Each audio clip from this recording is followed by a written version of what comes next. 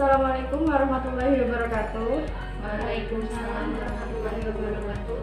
Perkenalkan, saya Ayu Sofia Farida, mahasiswa keperawatan Poltekkes Surakarta. Di sini saya akan memberikan penyuluhan tentang pencegahan obesitas. Adapun nanti waktunya kurang lebih 35 menit. Apakah saudara-saudari sekalian bersedia? Bersedia, Mbak. Baik, bisa kita mulai ya. Ya. Nah, untuk yang pertama, apakah saudara sekalian tahu apa itu obesitas?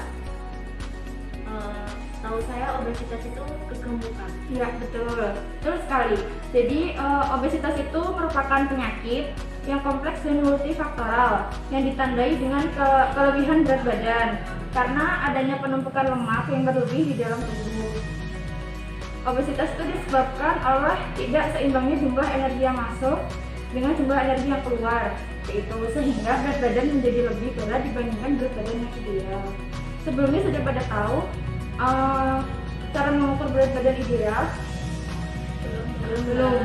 Nah, jadi untuk mengukur berat badan ideal kita menggunakan rumus IMT, di mana tinggi badan kan dalam bentuk cm itu dijadikan meter, terus dikuadratkan, lalu dibagi dengan berat badan. Nanti akan keluar hasil IMT-nya berapa. Nah, itu akan menentukan kita apakah kita ideal, kita overweight, atau kita obesitas seperti itu.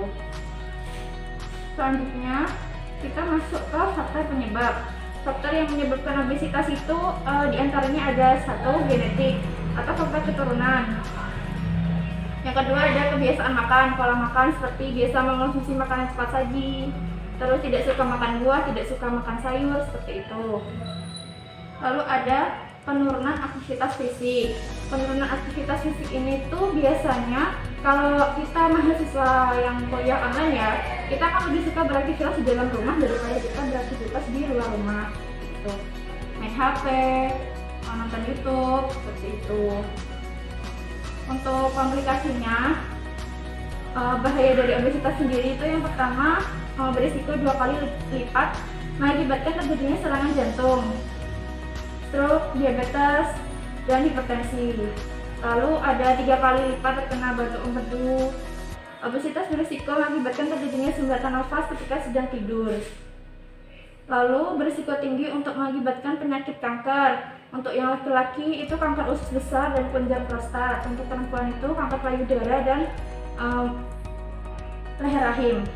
Lalu ada obesitas berisiko meningkatkan lemak dalam darah dan asam urat. Jadi cenderung kolesterol tinggi dan asam urat tinggi. Seperti itu. Obesitas dapat mengakibatkan menurunnya tingkat kesuburan reproduksi. Jadi untuk yang sudah menikah, mungkin untuk karena kenapa lama belum diberikan keturunan, nah mungkin untuk yang obesitas bisa untuk menurunkan berat badan terlebih dahulu. Oke, lalu selanjutnya kita masuk ke pencegahan obesitas ya. Yang pertama, kita bisa konsumsi sayur dan buah itu minimal 5 porsi setiap harinya. Yang kedua, membatasi tidur yang berlebihan. Yang ketiga, meningkatkan aktivitas fisik. Nah, aktivitas fisik ini tuh sehari minimal 30 menit harusnya kita melakukan seperti itu. Bisa sepedahan, bisa kita jogging, seperti itu, renang.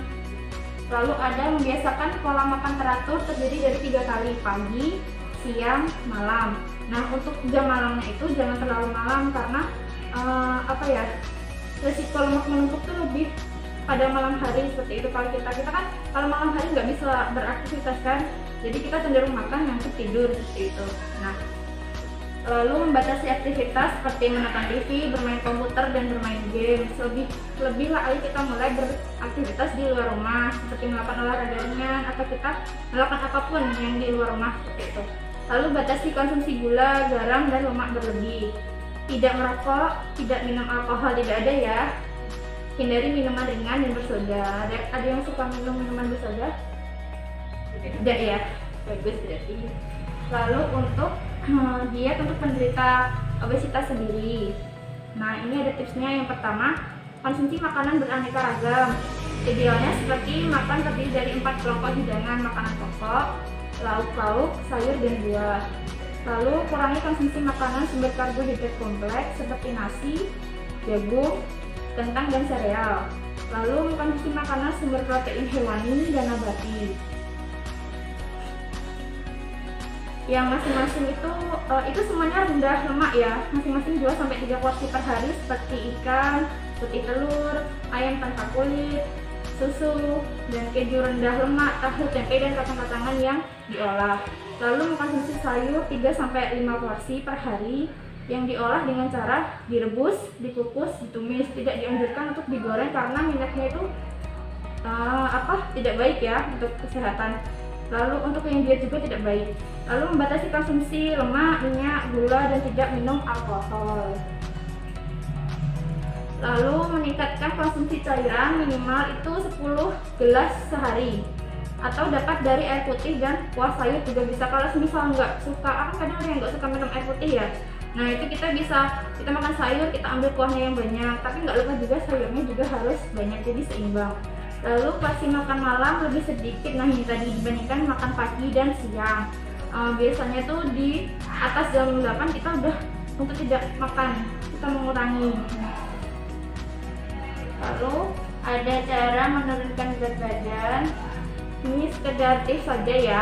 Yang pertama itu menurunkan berat badan yang baik adalah maksimal 2 kg per bulan atau 1,5 kg per minggu dengan mengurangi asupan energi 500 kalori per hari.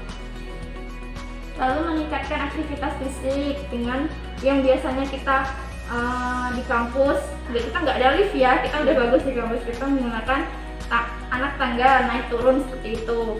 Lalu tidak mengurangi jumlah konsumsi makanan sehari-hari secara drastis sehingga mengakibatkan pusing, lemas, keringat dingin atau gejala lainnya yang membahayakan kesehatan.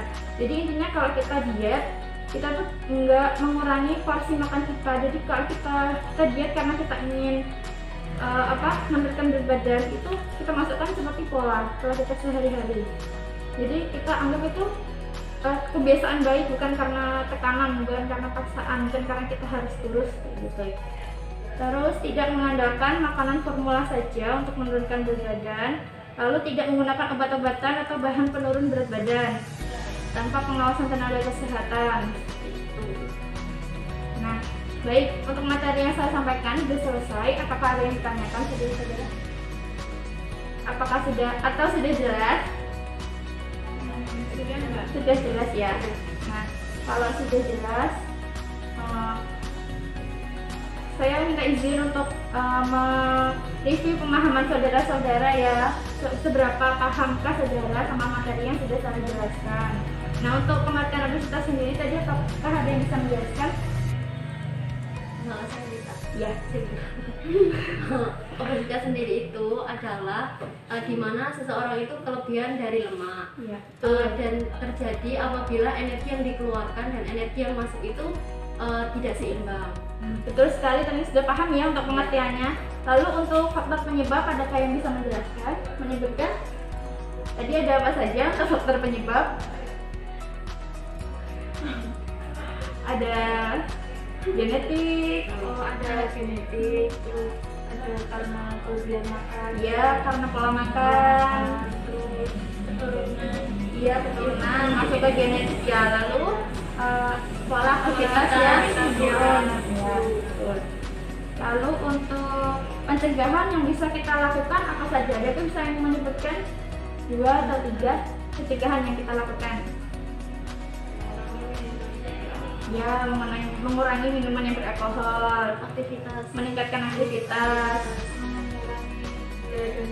ya mengurangi gula dan garam. Baik, untuk sejauh ini saudara-saudara sekalian sudah paham ya dengan apa yang saya sampaikan.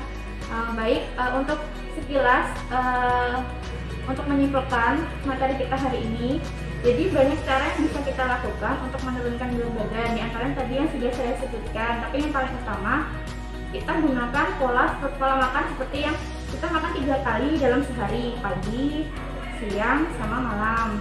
Nah, di waktu pagi dan siang boleh kita makan semau kita, tapi ketika malam kita harus mengurangi porsi makan kita daripada kita porsi makan pagi dan siang, seperti itu. Nah, biasanya kan kalau di atas jam 20 kita masih berkeinginan untuk ngemil ya.